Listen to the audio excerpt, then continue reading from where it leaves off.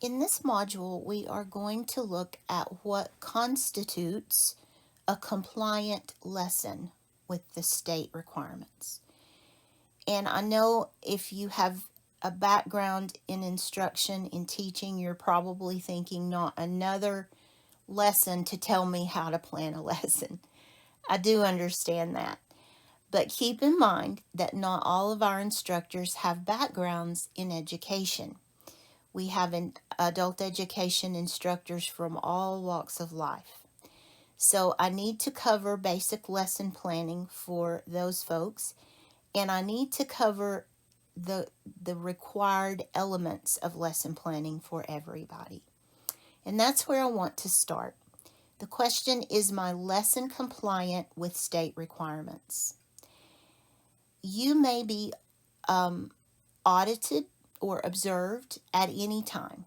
The state can drop in at any time. They're doing that just to see how things are going.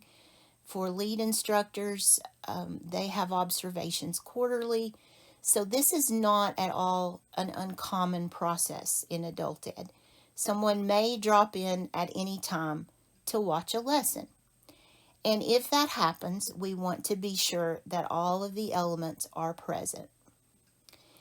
The state requires certain elements in every lesson. These criteria form the basis of the observation evaluation guidelines to be used. These 7 criteria should be clearly evident in every lesson you teach.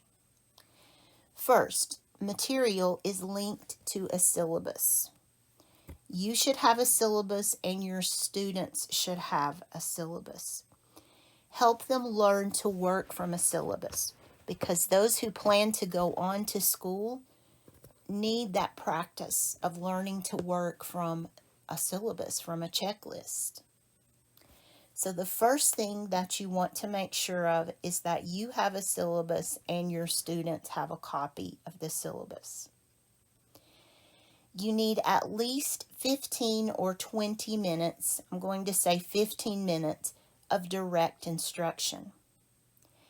It is not appropriate to hand material to students and leave them to work on their own unless you have already given some instruction. Teachers should provide at least 15 minutes of direct instruction in each class. After this instruction, it is fine to break students into smaller groups or have them work independently under teacher supervision. You must include a workforce prep activity in every lesson. It can come from the software that we've discussed. It could be something as simple as a bell ringer activity to start your lesson. You could have students who are working on essays to write an essay about a workforce topic. It doesn't have to be a specific curriculum, as long as there is a clearly evident workforce connection. Same with digital skills. Students should be building digital literacy skills with each lesson. You can use those programs that we talked about. If students are using courses in Schoology, they're using digital literacy. If you ask them to search the internet for specific purposes, that would also be a use of digital literacy. Again, it doesn't have to be a formal curriculum. It just has to be present in the lesson, and you as the instructor should be able to articulate that to an observer. If your observation person asks you, what is your digital skill in this lesson, you should be able to tell them without any problem at all. You must be using curriculum from the district's framework. This manual that I have written is not designed to tell you how to teach. That's an individual personality preference. It is designed to tell you what you should teach. And as we move through the rest of this section, we're going to look at some unit outlines that will outline the skills you need to be covering. You do not have to use the material I have suggested. You can choose material that you like as long as it's on the framework. If you're not sure whether your material is approved, ask your lead instructor. Generally speaking, if you have the books in your classroom, it's on the approved list because our administrative office will not order material that is not on the list. Where this gets a bit dicey is when people want to bring in material that they used in middle school or high school or something they found on the internet. Sometimes it's okay. You just need to be sure that it is okay. And you need to be able to articulate the name of the curriculum you're using. If I come to do an observation and I say, what curriculum are you using?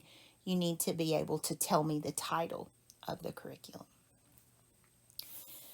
Okay, you need to have, sorry, was that all? Yes. You need to have at least one clear, stated objective for each lesson. Now, I'm not trying to say clearly stated. These are two different things. It needs to be stated, but it needs to be clear as well. If I come to observe and the objective is today we're going to learn math, that's not clear. I have no idea what objective the instructor is trying to accomplish. So clearly state the objective. Put it in a prominent place that's easily visible to students. Now, I've gone for observations and I see the objective clearly stated, but the students can't see it. And that's defeating the purpose. We want it visible to students. You can write it on the whiteboard. You can write it on and project it onto a screen, however you want to do it. Your objectives should be based on the college and career readiness standards. You can view those at the staff portal. But the lessons that I've outlined for you later in this section have those objectives already. You do not have to look them up. The last component that we're looking for is an evident engagement of students. Students should be actively engaged throughout the lesson. Giving them worksheets and walking away is not appropriate. Constantly testing or post-testing is not appropriate. As students engage, they will comprehend more and they will be more likely to keep coming to class. So it's important that adult education students remain engaged, that their minds are engaged, their hands are engaged, their ears are engaged, and their voices are engaged. Let them talk to you. Let them come to the board and demonstrate. Whatever works in your classroom, just demonstrate to an observer that your students are engaged. Okay. Those are the 7 criteria for a compliant lesson. I have developed just a lesson guide if you want. I'm not going to read through all this, but this is going to give you the criteria, questions to ask yourself, and then examples of how you might deliver this material. And I don't know what happened to the lines in my table. When I print this, the lines print just fine. So I apologize for that. Yours printed version, if you have one, should have the lines printed. But this is just for you to think through. You don't have to do anything with it. It's just more about those 7 criteria.